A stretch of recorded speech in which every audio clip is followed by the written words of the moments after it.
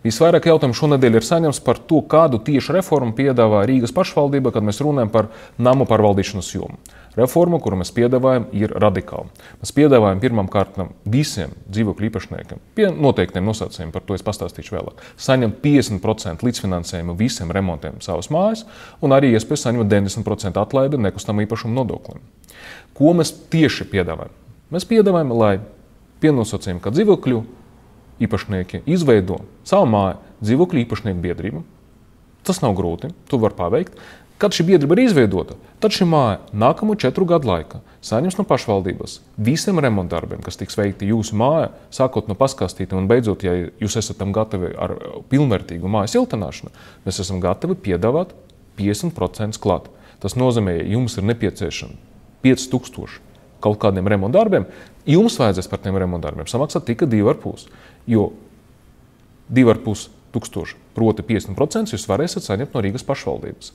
Plus, kopš tā brīža, kad ir izveidota biedrība, nākamie 2 taksētās gadi katram dzīvokļu īpašniekam par viņa dzīvokli atlaide būs 90% no nekustamā īpašuma nodokļa. Kas nav maz? Jautājums arī bieži vien tiek uzdots, priekš kam Rīgas pašvaldībai ir nepieciešams veicināt tādu biedrību izveidošanu. Mums ir ārkārtīgi svarīgi, lai iedzīvotāji krietni aktīvāk iesaistītos visos procesos, kas ir saistīti ar namu pārvaldīšanu.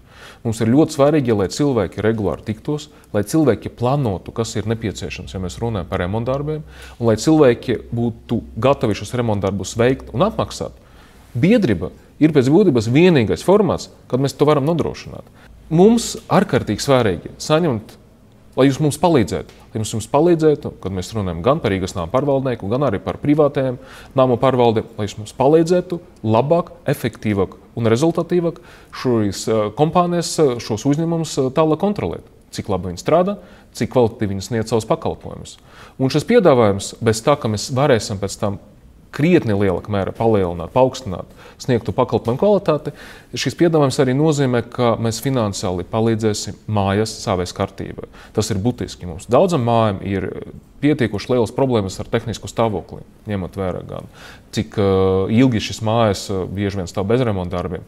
Un ja cilvēki redz, ka viņiem remontdarbi ir vai nu pa 50% lētāk, vai pa to pašu summu viņi var atļauties paveikt 2 reizes lielāku apjomu, tad mēs arī tehniski palīdzēsim šīs mājas savai kārtībai, un tas mājas tālāk 10 vai 20 gadus varēs kalpot ilgāk, nekā bija планировано на paša sākuma.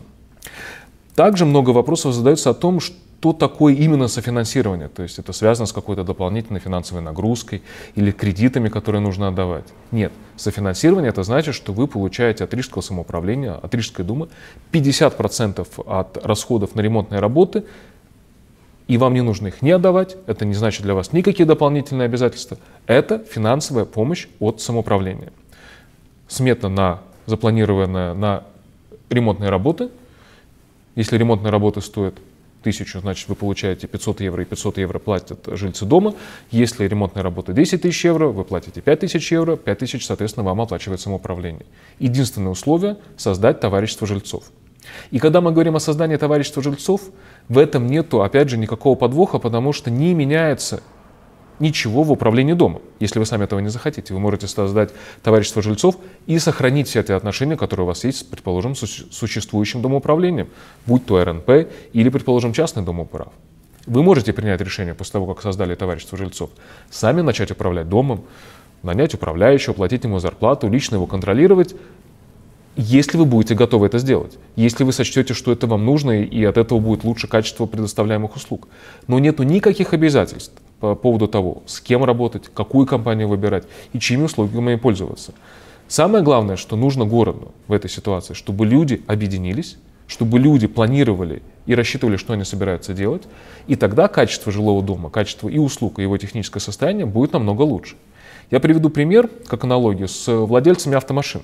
Когда человек привозит свою машину в автосервис, даже если он вообще ничего не понимает из того, каким образом машина передвигается, он все равно не позволит себе сказать в сервисе: знаете, у меня нет времени никаким образом заниматься своей машиной, я не хочу в эти вопросы углубляться, поэтому решайте сами.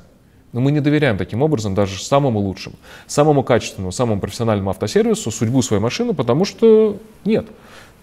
каждый человек все равно задаст много дополнительных вопросов, проверит не раз, что сделал мастер, даже если он в этом не разбирается. И это правильный подход. Мы хотим, чтобы каждый дом проверял постоянно со своей стороны, что делает домоуправление, объединившись в товарищество. И тогда мы заставим каждое домоуправление, и муниципальное, и частное, работать на порядок лучше.